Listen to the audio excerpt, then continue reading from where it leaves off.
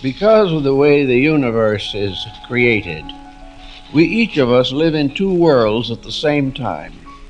We have to live in the outer life of our own bodies and the inner life of our own souls. Hello and welcome to Living the Inner Life. I'm your host, Chris Sheridan, and I want you to join with me on a journey into our inner lives, our thoughts, feelings, beliefs, all these components of our interior experience that help shape the way we interact with and respond to the outside world. And if we can utilize these tools of consciousness, we can live a better life, both inner and outer. Now, I want to pause for a second and just say thank you for anybody who's been listening up until this point and hopefully beyond. This is podcast, I believe, number 53. I set out to have 100 in the can by the end of this year, 2023, and looks like I'm a little ahead of schedule, which is great. And I'll probably exceed my estimate, but I've been enjoying speaking to you out there and sharing what I've learned about consciousness and the inner life. I've been studying this for a long, long time, and degrees and everything else and all this. And it's been really a great exercise for me because a lot of what I talk about, not only am I interested in, it's actually some things I'm also working on. So if I talk about forgiveness or the hero's journey or something like that, maybe these are areas that I'm also working through in my life. But today, I just want to say thank you. Thank you for subscribing. Please do. If you're not, if you're on YouTube or Spotify or Apple Podcasts, please subscribe and rate. And if you don't like the show, you can give it a poor rating. That's fine. That's better than nothing, better than no rating, because that helps get it out there, make it a little more visible so that other people that might have an interest in what we're sharing can find us. All right. So that's actually the topic for today. I want to talk about gratitude, an attitude of gratitude. Now, gratitude is something that is very easy to do when things are going your way and people are behaving the way you want them to, and you find that choice parking spot at the mall or whatever goes on that you feel good about, anything that happens, and you can say, wow, that's great. I'm really grateful for that. But if something goes wrong and doesn't go your way, it's really easy to be disappointed. Now, that's natural, of course. But if we set into motion this negativity when things don't really go our way, we can often dwell on that. We know that bad news travels faster than good news. As a matter of fact, speaking of news, a lot of news, if you watch the news, is generally bad stuff or some conflict or personality crisis or some problem in society that seems to get a lot of press and a lot of coverage in the news. It can bring you down. It can make you feel that really nothing is going all that well in the world, and you're just trying to hold it together and get through another day. And it's different when you approach the world and yourself and the things that happen around you with a sense of gratitude, with a sense of acceptance, a sense of thankfulness, because we don't always know what is good for us. Now, our ego and our appetites, our indulgences, yes, we know this tastes better than that. I'd rather feel this way than that way. Okay, that if you have a little extra money, feels a little better than if you have not enough money to get by. Okay, that's very natural. That really makes sense. But even the good things sometimes aren't always that good for us. Okay, we might be chasing something or seeking something that gives pleasure, or sometimes you can feel pleasure in somebody else not doing so well. These things aren't really necessarily good for us. Just like, sometimes junk food or ice cream might taste really good at certain times, but it's not substantive. You're not going to live off that. And if you do, you're probably going to wind up with some other problems. Okay, so it's kind of like spiritual nutrition in a way. This attitude of gratitude Because to be thankful in the day for the things of the day, we recognize and are able to accept things maybe beyond face value. All right? Well, there's a parable or a story, an adage, allegory, something, you may have heard it. It's been relatively popularized, but it kind of underscores this idea that what happens on the surface, whether it is immediately good or immediately not so good, may have other meanings, may have other layers, may actually be a good thing, this bad thing, and this good thing may actually be a bad thing. And I've probably spoiled the whole story, but it goes like this. There's a village, and there's a farmer, and he has a son who's growing up to be a young man, and the town got together and pitched in and bought this man's son a horse, and everybody rejoiced, said, wow, this is great. The wise old man said, we'll see. Well, the kid's riding his horse, and it's all good fun. He falls off, and he breaks his legs very badly. And the town folks say, wow, this is really bad. This is terrible. And the wise old man says, we'll see. Well, then the army comes through to the village, recruiting and conscripting young men to go off to fight in the war. And when they come upon the farmer's son, they see that his legs are broken and say, oh, well, I guess we can't recruit you. So the town folks say, hey, this is good. So these good things may not always be good, and these bad things may have some other hidden meaning that we can't see. You know, a lot of times we can't see the whole thing, the whole picture. That's why it's always good to leave an open mind, this open door of gratitude. Okay, sometimes the bad thing, or what at first seems like a bad thing, can be a really good thing later on. It can be part of helping you grow. You know, there's another saying that says, I didn't get what I wanted, so I had to settle for something better.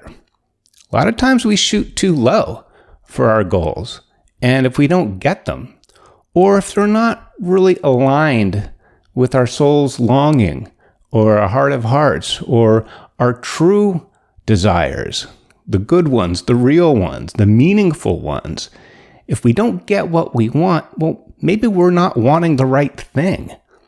Okay, maybe part of us inside is really wanting to experience something else, and this stuff on the surface that we're chasing maybe is just a distraction. All right, so we have to leave the door open, or at least the possibility of leaving the door open, that on the surface, things that are good or bad may or may not be. Depends on how they all play out. And like I'm saying, you know, we may be wanting the wrong thing. So if this thing that we want isn't the best for us and we don't get it, it can be a real disappointment.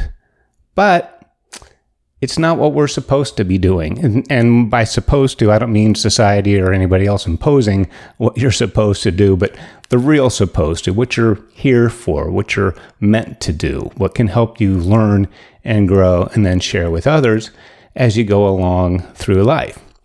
Well, this also is brought about in the New Testament, in the Bible. I believe it's Matthew 25:29. I'm not a chapter and verse kind of guy, but I did look at it before coming onto the podcast, and I think that's, my memory recalls what it is. It's someone there. I think it's the parable of the talents. But this has to do with abundance and lack. Okay? So it goes a little something like this. I should probably read it. I should cite it, but I'm going to paraphrase it, okay? For he who has much, even more will be given. For he who has little, even that will be taken away.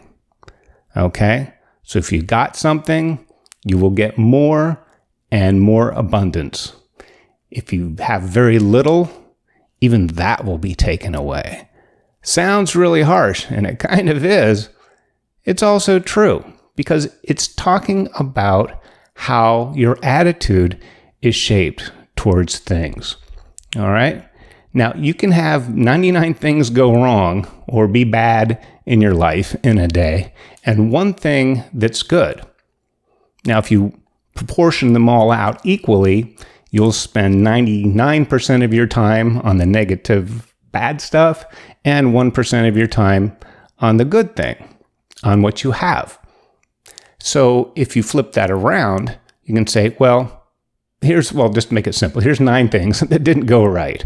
Okay, these are 9 things I don't have. These are 9 things that are going wrong. These are 9 things I would rather have some other thing than these 9 things.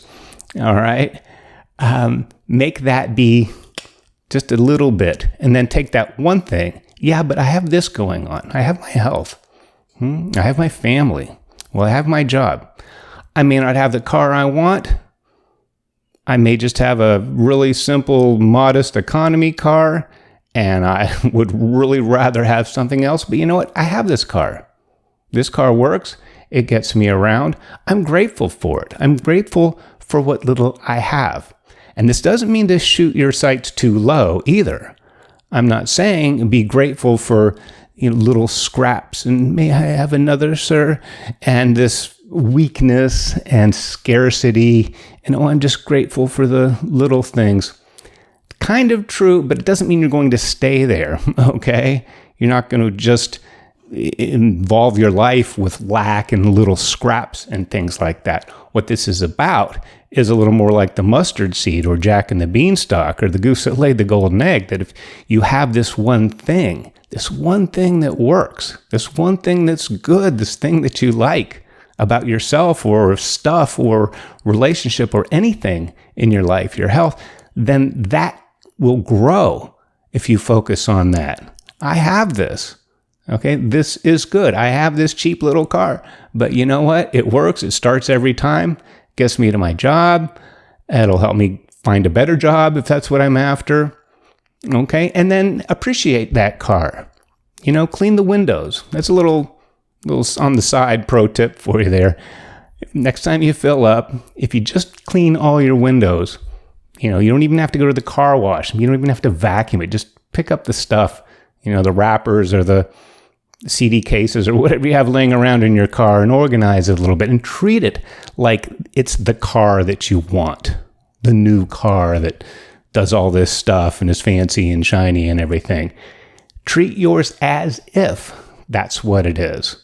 Say, well, if I had a nicer new car, yeah, sure, I'd wash it. I'd take a lot better care of it than this old hunk of junk. No, treat that hunk of junk like it's the Ferrari or the Lamborghini or the Rolls Royce or whatever it is you want, the Tesla. And it will vibrate. You will make more. More will make more. Just like more lack brings more lack. So if you're in an attitude of lack and you're not grateful for just the little that you do have, you're not really resonating with the vibration that's going to bring more. Okay, and then you're focused on what you don't have. Then it becomes more, you get more of that, right? That you have some, even more will be given. Well, if this some that you have is lack or frustration or things that don't work, things you don't like, and you're focusing on that, you will get more. Okay, so focus on the little. Doesn't matter how small it is. If you're learning an instrument, say like guitar, and you're having trouble with that F chord and that B minor just really is killing you. But you know what? You can play a G really good. Well, great. Don't get stuck there. Don't stay at G. Learn the other chords. But you've got one. You've got one under your belt. This one is good. Make it good and be happy for that. Instead of saying, well, here's 11 chords I don't know and can't play, say, you know what? I play a pretty mean G chord, and that'll bleed over. It'll magnify and resonate, and it'll move on to the next chord. Now, I know that's a silly example, but it really works in our lives in so many ways. And that's why this is a spiritual truism. It's just physically true. Okay, more makes more. If it's lack, you will get more lack.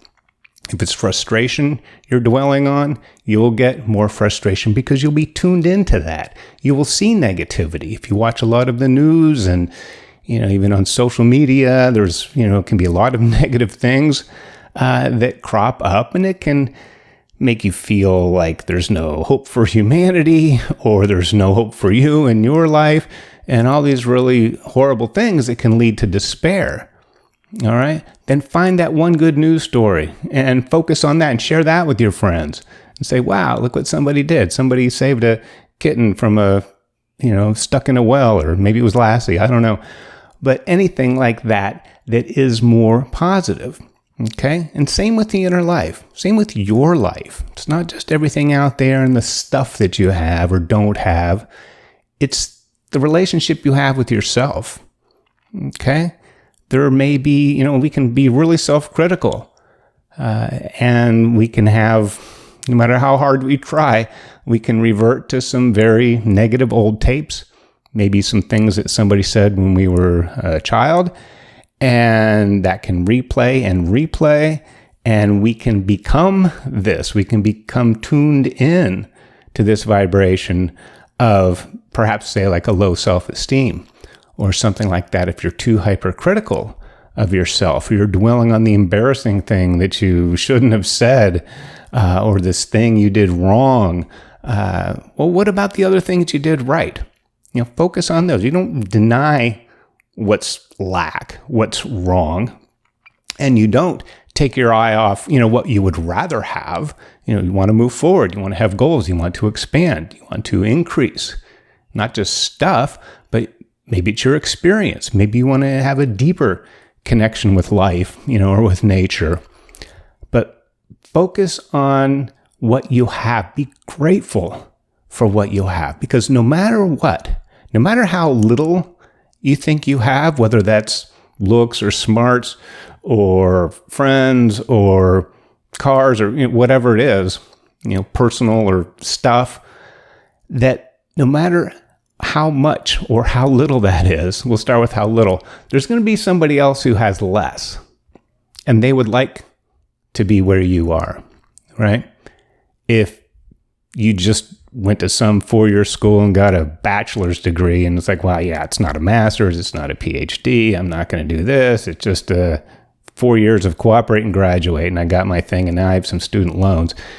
You can fluff that off as being like, this is, ridiculous, or this is, yeah, I did that, but it doesn't really mean much.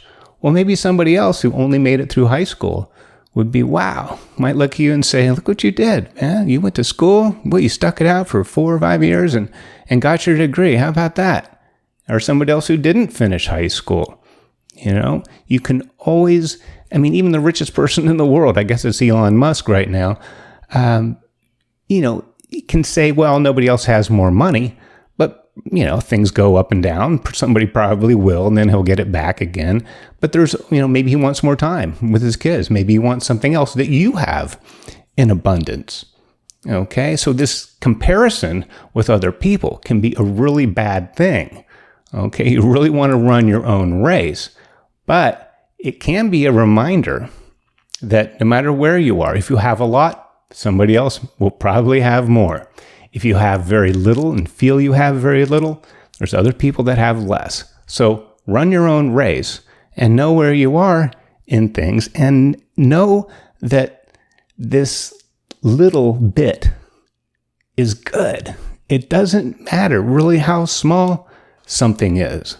If you can cultivate it, if you can grow it.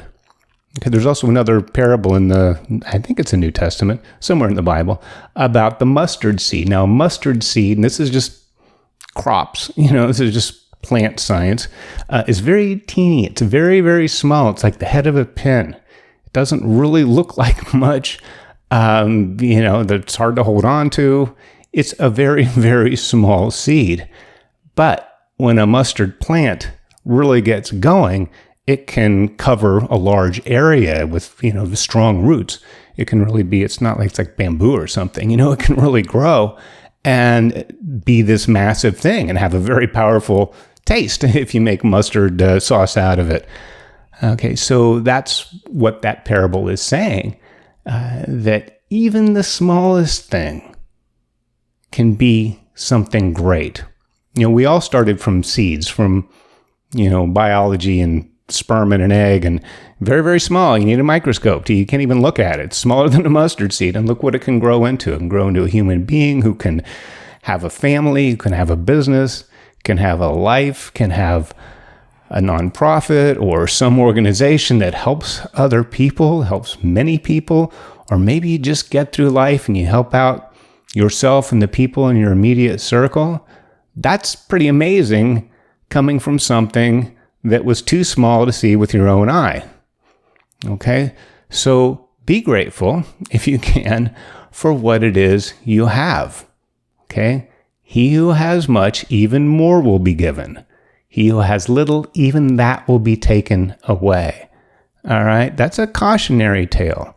And I'm somebody I use a wheelchair. I've been paralyzed for a bunch of years. And if you know me, you know that. Otherwise, it's a thing. But I know from atrophy, from not using my muscles, especially my quadriceps, my legs have gotten really skinny because they haven't been used, right? But I do have some movement, some sensation, a little bit of strength, and I can stand up.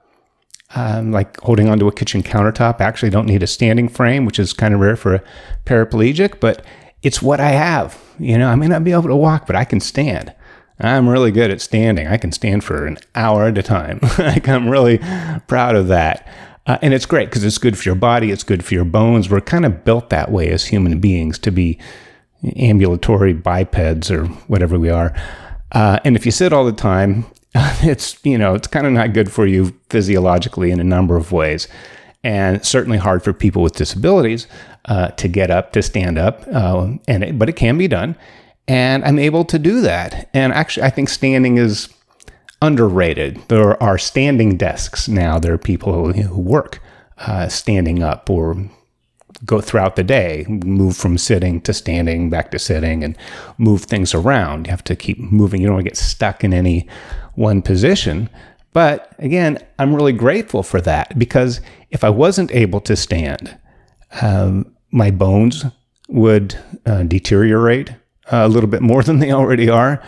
And circulation, inflammation, your whole being can be improved by this kind of a movement, or if you're sitting all the time like me, to be able to stand.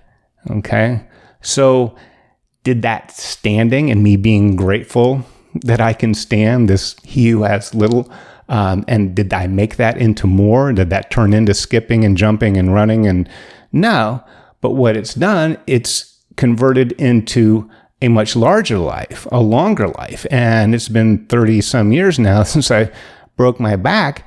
And I believe, because of many other ways in which I do take care of what I do have and I'm grateful for, I think standing was a big component in that. It's helped me maintain, my health, and I don't really have a lot of complications. A lot of people do. Everyone's got their own thing, but I believe this standing has really been a major player in helping my continued health to be sustained for many, many years with a spinal cord injury. But if I sat around and thought, well, geez, I can't walk, I could stand, so what? Standing's nothing, I can't walk, I can't run, I can't walk on the beach or hike in the woods or skateboard, or, you could go through all this stuff, but I've found, which is really kind of interesting, talk about, having something taken away, like your, ability to walk. My ability to have a life hasn't been taken away at all. I'm probably more physically active than a lot of other guys my age that are ostensibly able-bodied, okay? So I am grateful, even in this example of, kind of a major disability. It hasn't disabled my life. Yeah, it hurt my ability to walk and all the things that you do with, perfectly working legs. But it hasn't slowed down really anything with my enjoyment, with family, with still being able to play music, with learning and growing. And certainly I'm sitting down doing this podcast, but so is everybody else, even if their legs are working just fine. Okay, so in some ways it hasn't really affected me. But if I was negative about it And I thought, well, geez, I don't have much. Well, I can't do this and focus on what I don't have.